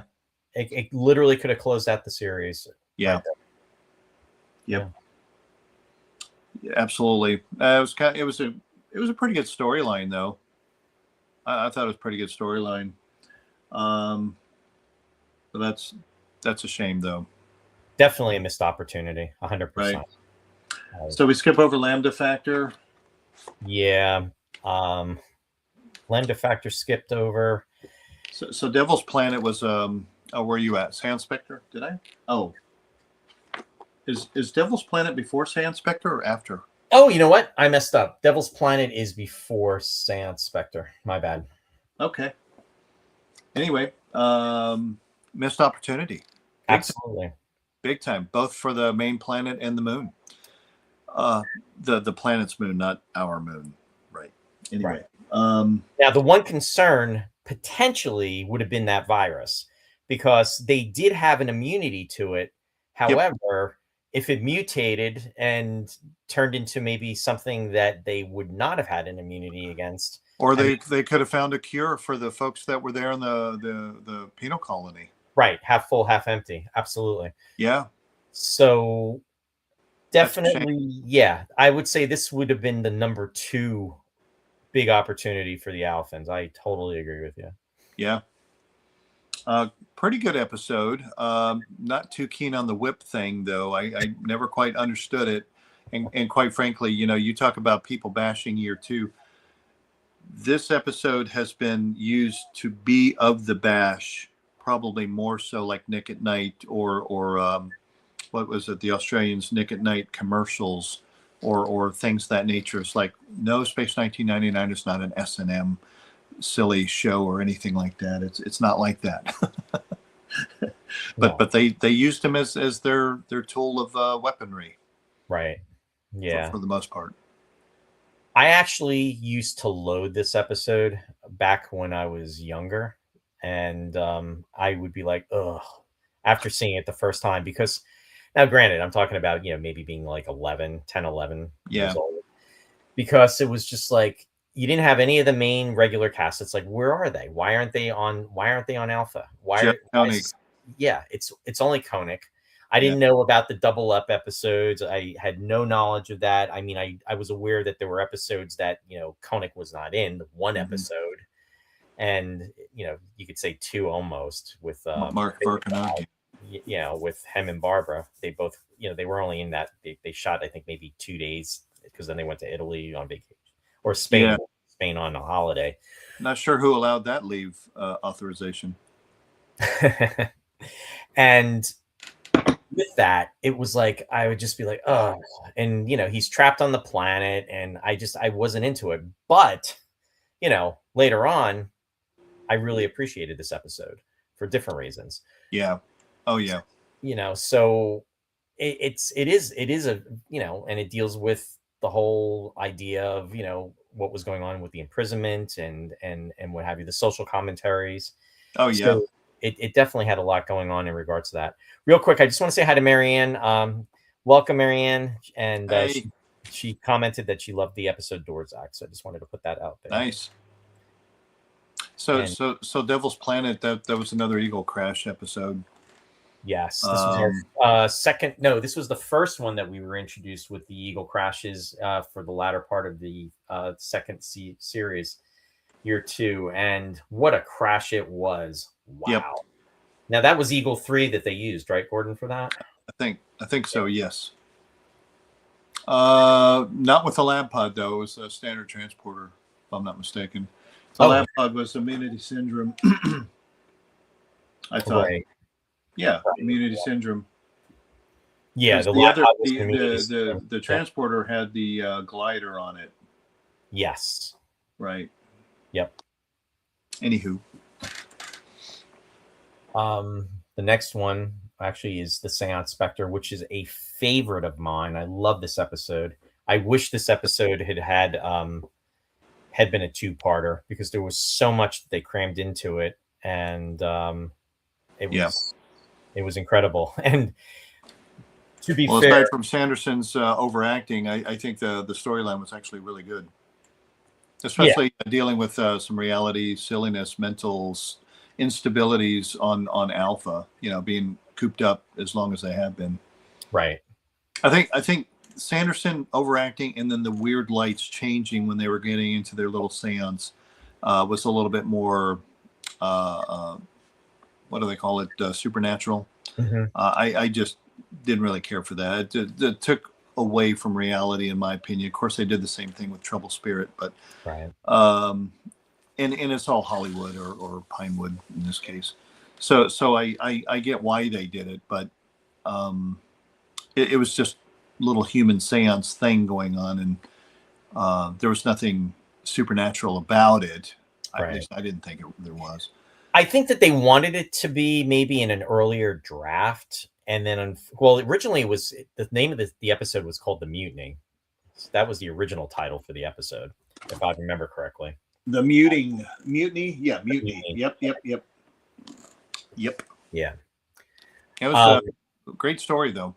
Oh, absolutely, and it's almost like the lower decks of Star Trek: The Next Generation, where you're dealing with the other crew members, the ones that are not in the command function. Although, interesting enough, if you look at Eva's name or on her badge, it does say command center on it. And I Oh, think Chernick or Stevens might have also, and I believe even Sanderson's may have even said command center, which maybe they were mid shift. I don't know. maybe, and which makes sense because they would have had access because they try to go into the command center and they're locked out. So Mm-hmm. It kind of works in regards to that. But to your Yeah. point about the lights going on and off by themselves, like even in the travel tube, I think it happens. Yep. And then they come out of the glaze or out of the trance, and then the lights come on automatically. It was just like, whoa, you know what I mean? But Yeah. That's about the extent of the supernatural of that. I mean, it's more that Helena, even said it. It's self hypnosis, and Right. they're basically trying to deal with the reality that they're stuck on Alpha, and it's almost the pressures of being stuck on Alpha are catching up. And she even talks about the other teams that we never get to see these teams, but she even says the other teams are starting to show signs of the issues. And then she says that they have to limit surface exploration to 15 days maximum at a time. Think about it, 15 days maximum being on the moon surface. Yeah. So what is that? I mean, how does, right away I'm thinking about, you mean they don't come in, or it's just that their shifts are, you know what I mean, are back to back. I mean, they're going to have to come in because their oxygen's only going to last, so long. Right. That's a lot, especially when you don't have the opportunity to have like a holodeck or anything that's, going to be fun, or something that's going to be environmentally friendly. Absolutely. So No, I get it. But there was a lot of, I guess, what we would consider realistic things going on, especially when you're cooped up on the Alphas, as long as they have been. And even Eva says, to Sanderson when she's trying to get through to him, and when he's in the Eagle, or she's in the Eagle with Alan, she said to him, you used to believe in Koenig, or listen, I think she said you used to believe in him, believe in him now. And then he's like, believe in him. He's like, I've never believed in him.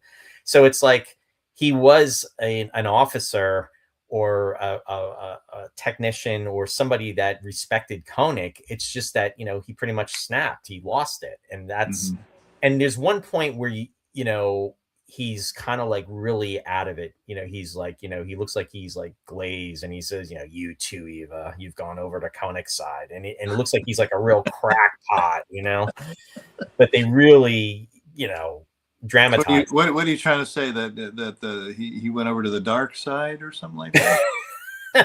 Did this come out before? It would have been interesting. It would have been interesting to see him in, as a before he lost it.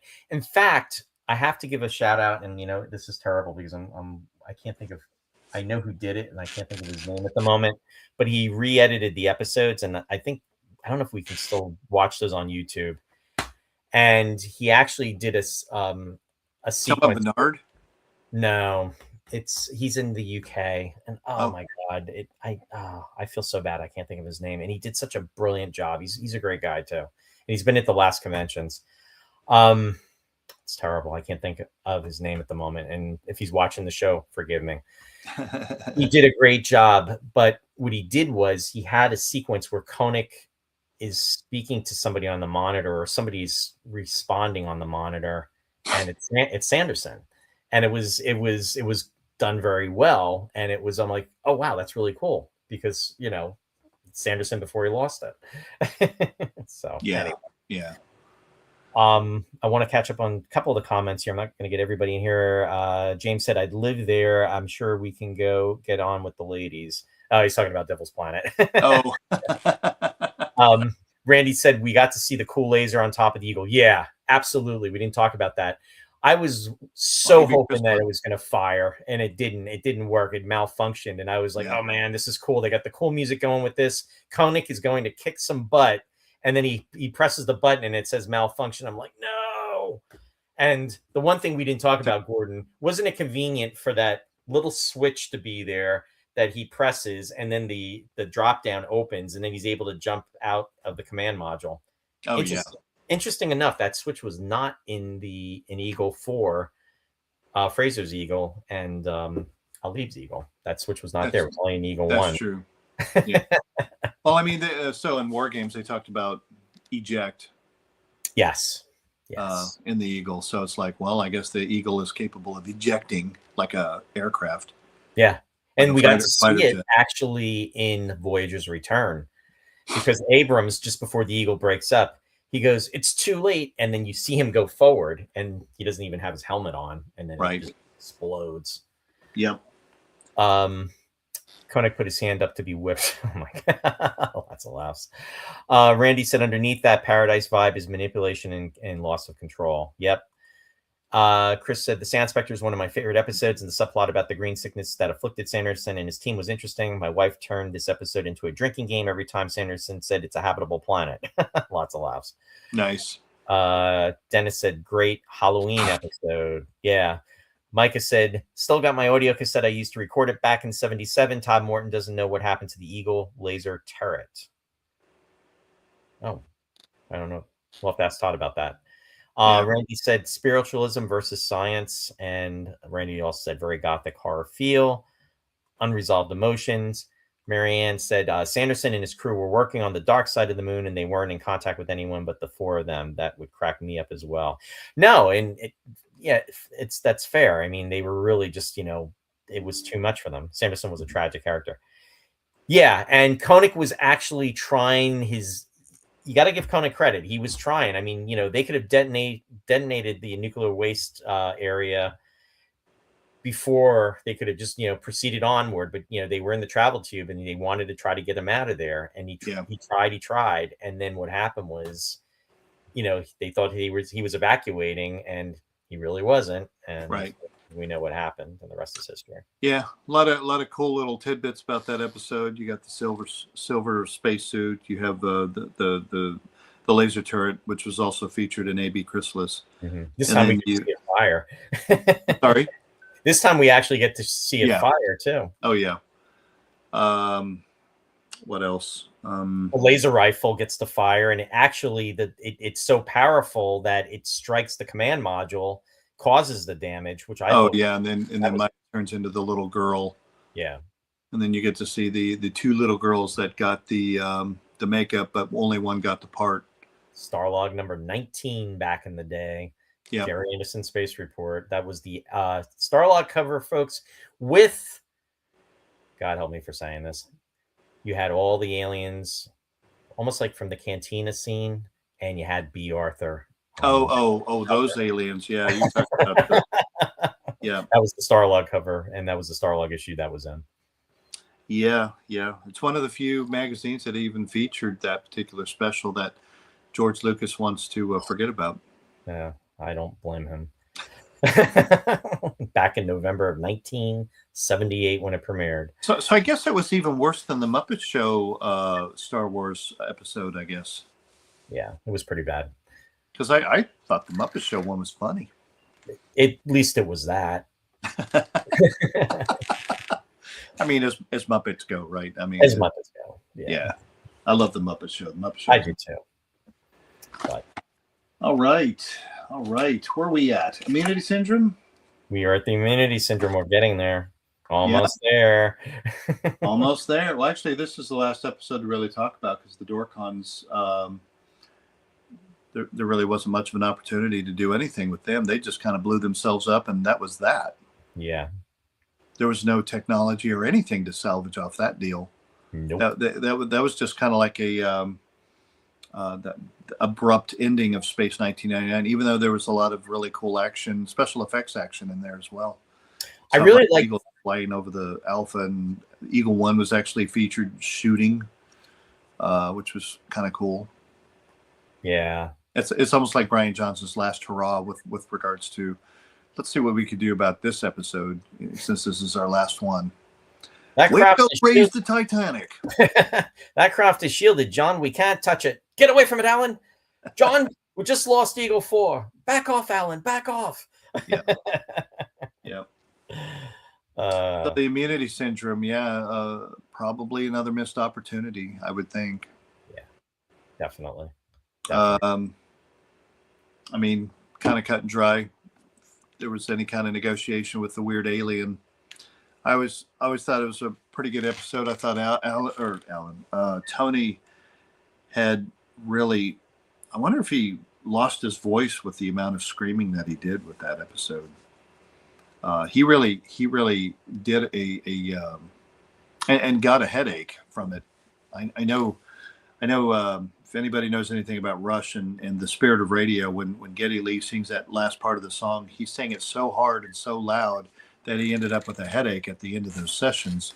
That I wonder if Tony Anholt actually ended up with the same thing, to where he was screaming so loud or so hard that he ended up with a nice headache. That was some serious acting.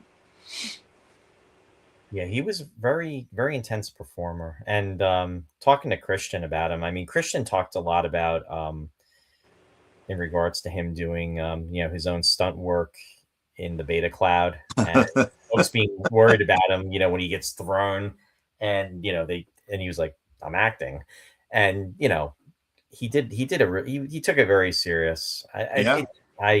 I always wanted to have met him, and he passed it at such a young age too. I mean, sure did. It's such a shame, and he's early 60s, right? Yeah, I think he was only, if he was 65, I think he was 65 when he passed. Boy, so young. My God. But anyway, the Immunity Syndrome, great story. Another Eagle crash. You get to see the amazing, the infamous glider.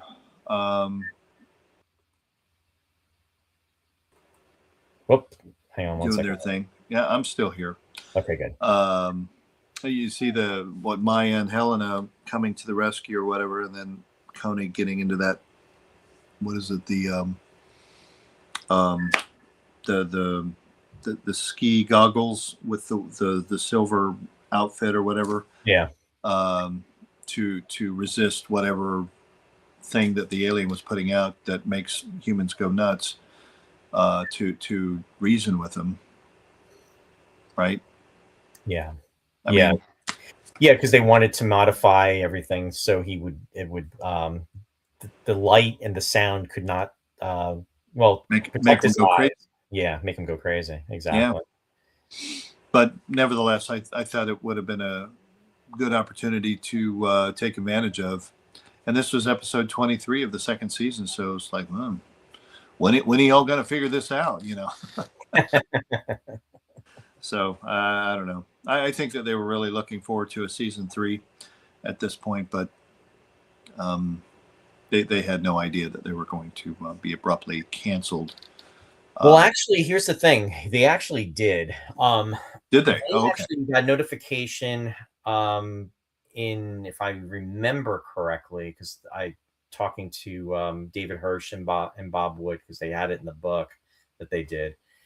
The announcement, I believe, came out in October of 76 when they were, and it was around the 20th or so, that they were going to be canceled. And I think it was during the making of the Seance Spectre. I think.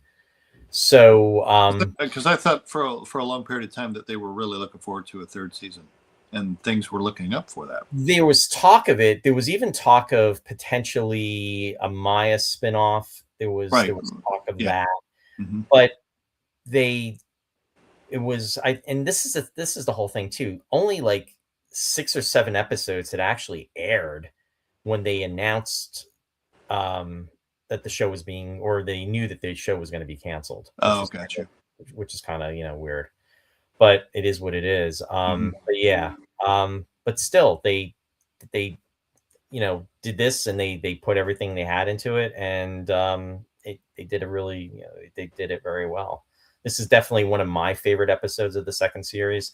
I think that the latter episodes of this year 2 had among the best. I mean, I really did enjoy The Bringers of Wonder Part 1 and Part 2. I mean, we really didn't talk about it because it really didn't apply for our discussion tonight. But I thought that was done very well. I mean, it was, there's been comments about the aliens and everything, but I thought, they had, I think, 3 of the costumes were actually alien suits, and then the rest were almost like, background. If you look at them really closely under high def, you can tell it's almost like lit cardboard almost. You know what I Yeah. mean? In the background, especially on the moon surface. Yeah. But With regards to Bringers of Wonder, we actually probably could talk about it only for the mere fact that the Alphans would believe that they're on a planet for a short period of time before they're destroyed, obviously, but in their mind they would live a whole life. Yeah. And that would be that. Yeah, the alien even says about that. Right. The one of the aliens, he said, when he's trying to put what's his name under his kind of his spell, Ehrlich, when he's saying, about a butterfly lives in its life in a day, and then and it's all a matter of perspective. It's almost like when you dream.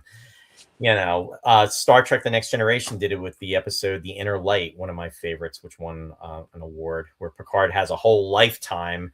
Oh, the flute episode. Yes, exactly, and he's out for 22 minutes. I mean, that's how long he's out cold, and he experienced an entire life, of memories in that 22 minutes. So yeah, it to your point about that, it definitely applies. Lots of comments coming through here, so I'm going to try to get some of them. Hold on one second. Marianne said, going back, Sanderson and his crew were working I did get that before about that. She said, I am kind of gave me the 10 commandment feeling where Jesus said to Moses, I am. Oh, yeah. Immunity Syndrome was a great episode. Yeah, I see what you're saying, Marianne, in regards to that. James said, I love this episode. The communication suit was weird, but overall, great episode. Chris said, love the Immunity Syndrome. It had a cool storyline. Love Carl Helt's performance as Jerry Travis. Plus, Jack Claftis was his third performance in it as a security officer. And Hal Galley's voice of I Am the Entity. Yep. Tony Anholt went to town going crazy. He sure did. Yep. Tony was being thrown around by Darth Vader, for Pete's sake. Yeah. And you know what? Thanks, Chris, for correcting me on that. Yeah, Tony Anholt was only 61. He was so young. I thought it was 62, but early 60s. Yep. Marion said the glider scene was great. Got scared when Maya couldn't release it. Thanks to Bill. Lots of laughs. James said they were looking at a 13-episode deal, mainly to reduce the cost as an option as well. Chris said, love Catacombs of the Moon, The Bringers of Wonder, Space Warp. Yeah, Bartlett, actually. Okay. Yeah, I stand corrected. But thank you. No habitable planets on those, unfortunately. No. Yeah, unfortunately. I mean, if you want to talk about space warp, I guess whatever information that they could grab off the derelict spaceship might have led them to a space warp that would lead them to a habitable planet. I don't know. Yeah, and then the other lot thing, of shoulda, woulda, coulda, and and the other thing too is bringing up a point about that. They figured out how to use the computer system in the underground cave, or the underground habitable, or what do they call it, like a geodome, or the TV guide had a reference for it, and I can't think of what the reference was. But anyway, in this structure where the alien had passed away, they figured out how to access that information. Potentially, maybe they could have found out where they were from, and maybe try to track it down, or if they were passing by that world. I don't know. Right. But yeah, definitely an opportunity with that. And, since they did communicate with the alien, maybe they could have stayed, unless there was the fear that maybe, it would have been unpredictable. And then if things went, south, then they would be, in bad shape. And that's why they decided not to stay. Yeah, who knows? Yeah, but that's, to your point, we can't really door cons doesn't really apply. And nope. That was a shame too. It was a good story though. It was. Although it would have been interesting to, and I know some folks in fan fiction have talked about it, what was going on Alpha while Koenig was up on the Dorcon spaceship. What was happening, as far as repairs and everything. I mean, Tony makes the comment at the end that, that damage control or damage repairs are well in hand. Yep. And, they're pretty much going to be okay. But what was really happening after they pretty much, got the tar kicked out of them, right? I think everybody assumed that there wasn't anything they can do, and they were hopeful that Koenig can do something. I don't know. Yeah. But That's about all I can get out of that from what we saw from the episode. We could all speculate. yeah. Shoulda, woulda, Yeah. coulda. Resistance is futile. It all started with Space 1999, not the Borg. Well, I mean, the same thing could be said for the term hyperspace, right? I mean, Yeah. Where did hyperspace come from? Is it from the Tabor, Yeah. or was hyperspace used somewhere else earlier? Like Star Wars. Well, obviously, but that came out after It did. the Tabor. Yeah. I'm asking, was hyperspace used in something before 99? Hyperdrive was used in Lost in Space, believe it or not. Yeah, but that's not hyperspace, though. It wasn't. It was No. hyperdrive. So- Drive, space, it's all the same. No, I'm just kidding. yeah, you're right. Science fiction, whatever. I'm just kidding. And I was just going to go to, and folks, we're going to kind of wind down. And Gordon, yeah. we did this in 2 hours, so we were pretty detailed, and we took some liberties and skipped a few things. I am going to go to the shout outs. I will do the shout outs quickly, but I don't have a slide for it. But speaking of Star Wars, it was, believe it or not, 49 years ago today, May 25th, 1977, that Star Wars premiered, if you can believe that. Yeah, one more year for the 50th now. Absolutely. Yeah. And well, we don't want to take away from Star Trek 60th. No, we don't. We definitely don't want to do that. I have a slide for that. Yeah, but it's pretty amazing that Star Wars is going to be 50. I mean, when I'm online and I see posts and I see comments that yeah, your grandparents were watching Star Wars, I'm like, easy. Right. I'm a very proud grandpa, though. Oh, Yeah. There you go. Yeah, Squirt's such an amazing little guy. You're too young to be a grandpa.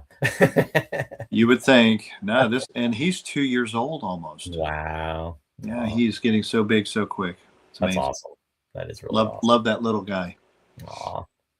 Well, congrats on that. Appreciate it. James said Patrick Troughton was enjoyable in the Dorcons, though. Yes, he was. And Chris said, hard to believe that next year will be the 50th of Star Wars. Yeah, I know. And Marianne said, yes. And I was one of the 19-year-olds standing on a long line around the block from the theater for Star Wars. Very cool. Not me. Mom and Dad actually took me. I was just 11 years old.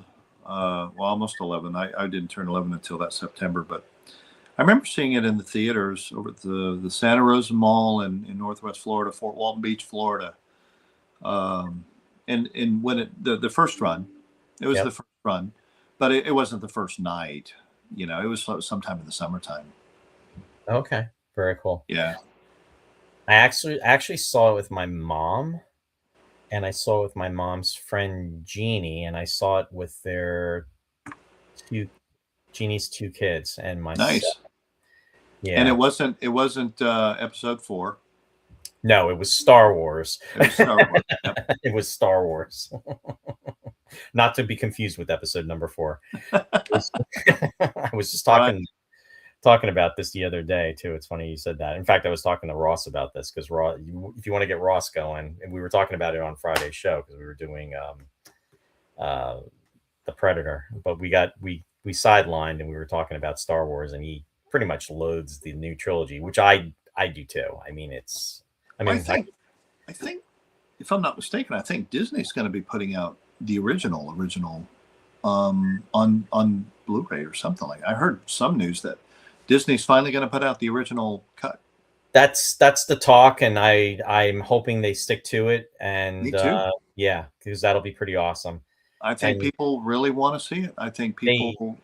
And I was saying a few years ago, leading up to this, that because supposedly the copies were destroyed. And I said, yeah, what'll happen is it will miraculously appear for a limited time. And what's going to happen is that'll be another $1 billion that's made. But you know what? People will want it, and rightfully so, because pretty much, especially if it's in Blu-ray, high def, and if it's not tampered and it hasn't been altered, it's not like, you know, the seventh generation copy that's been having, you know, Guido fire first at Solo and all that BS. I mean, I don't even want to get started. It's kind of like what I was hoping was going to happen with 1999, that out of the archives we would find, you know, all that extra footage, like from Space Warp, or not Space Warp, Space Brain, you know, with Kelly and Carter fighting in the Eagle, you know, stuff like that. Right. We know it was filmed. It's just that the footage was unfortunately lost. Yeah. Just one example. Oh, I agree. We have tonight to discuss the Alien friend. Yeah, we'll have to go back to. Yeah, we'll discuss about Alien too, Marianne. We actually covered about Alien and Aliens on the show. I really enjoyed both of those movies. Aliens, I probably like a little bit more than Alien, but they're two totally different types of movies. I am not a fan of Alien 3, and I definitely am not a fan of Alien 4. Well, you didn't like Winona Ryder? No, I mean, I like Winona Ryder, but I did not like that movie. I was not a fan of that. Everything that they did in Aliens, I'll save it for another night. But anyway, I'm going to do the shout outs real quick. Shout outs. Yeah. As Gordon and I were talking before, Zyka Toys and Giant Leap. Thank you, Tim Ellis, and thank you, Craig Owens, for everything you guys did. And we'll talk more about this another time. But if you haven't had the opportunity to check it out, go online. Eagle 1976, reimagining of the Mattel Eagle from 1976. It's so cool. Want to give a shout out to our friends Mike and Mary Beth for Sci-Fi Distilled. They are on Wednesday nights at 7 p.m. Eastern Daylight Time. They don't know what they're going to be discussing this Wednesday, but they broadcast on YouTube as well as Facebook, so check them out. And that's this Wednesday. Also, shout out to my friend Bill Scarrato for Country Gate Theater. If you're in the New Jersey area, in Belvedere, New Jersey, you may want to check out Country Gate Players. And their website is www.countrygate.org. And you can check out Bill's website, which is www.billscarrato.com. What they have next coming up is the Addams Family Musical, and this is a youth performance workshop that is putting this together. And the performance dates are Friday, July 24th. Yeah, at 7 p.m., Saturday, July 25th at 1 p.m., and Sunday, July 26th at 1 p.m. And Country Gate's been around for 50 plus years. Bill established it with his late wife, Carolyn Scarrato. And nice. Pretty amazing. Yeah. So definitely check that out. In regards to Captain Phil's Planet, the captain's schedule is,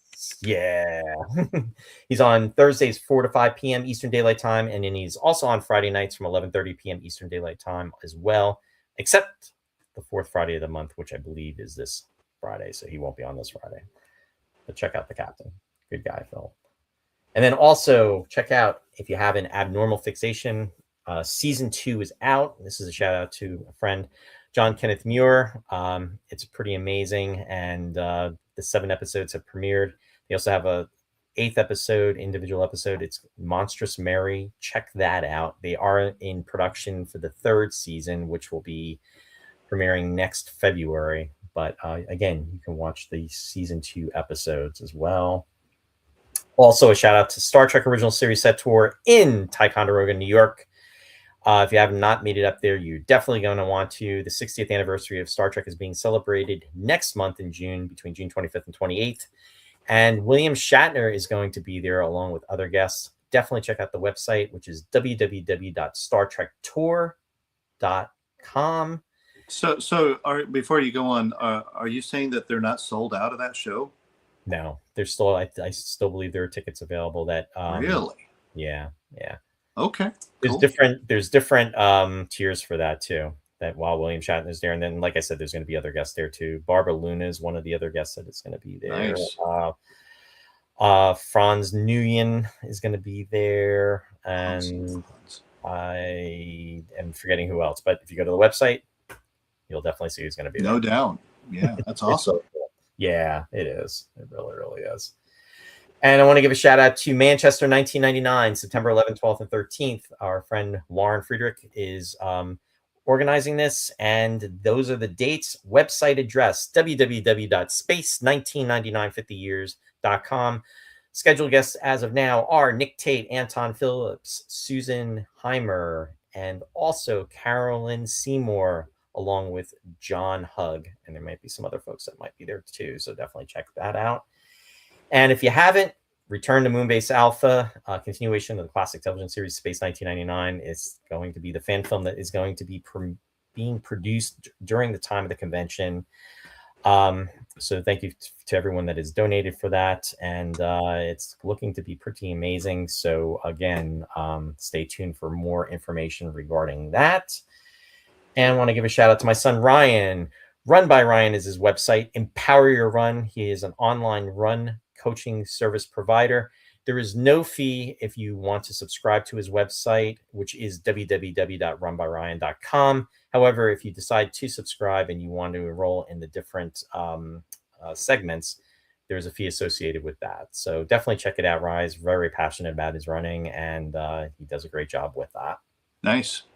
Thanks. And then also, I want to give a shout out to my friend and my co-host, Mr. Ross Amico. Ross does 3 shows: Picture Perfect on Fridays at 8 p.m. Eastern Daylight Time, Sweetness and Light on Saturday mornings at 11 a.m., and also The Lost Chord, which is on Saturdays at 7 p.m. Eastern Daylight Time. You can check out information in regards to his posts and the show at Classic Ross Amico on Facebook.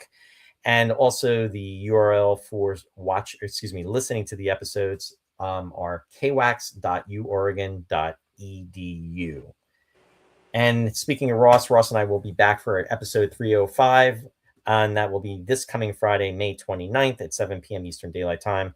We don't know what we're going to be doing yet, but I was going to ask what's the episode going to be about? We're working on it. Maybe we should do an episode on eagle crashes and figuring out what's the best, what's the worst. Brian Johnson lost some pieces over here. He lost some pieces over there. I don't know, something. The one that sticks out in my mind, and this is maybe a preview of what I think what Gordon is suggesting, and that actually would be kind of a fun discussion to talk about. I always think of The Last Sunset when Koenig says, "Does anything function on this base?" And then the eagle comes just before the eagle comes down. One of the rockets, right, drops from the back of the eagle. Falls right off of it. Yep. Yeah, and I'm like, what the heck? And I'm so cool. Rewinding. Yeah. And you missed that on your grandma's 12-inch black and white, but when you see the Blu-rays, boy, you can see some clear stuff. Yeah, it's amazing. Well, it's like Brian said when I had him on back in June of, and it kills me. It's one of my lost episodes, and I'm so upset about it. And I wish I could resurrect that episode. And I was hoping Captain Phil had it. I really, really was.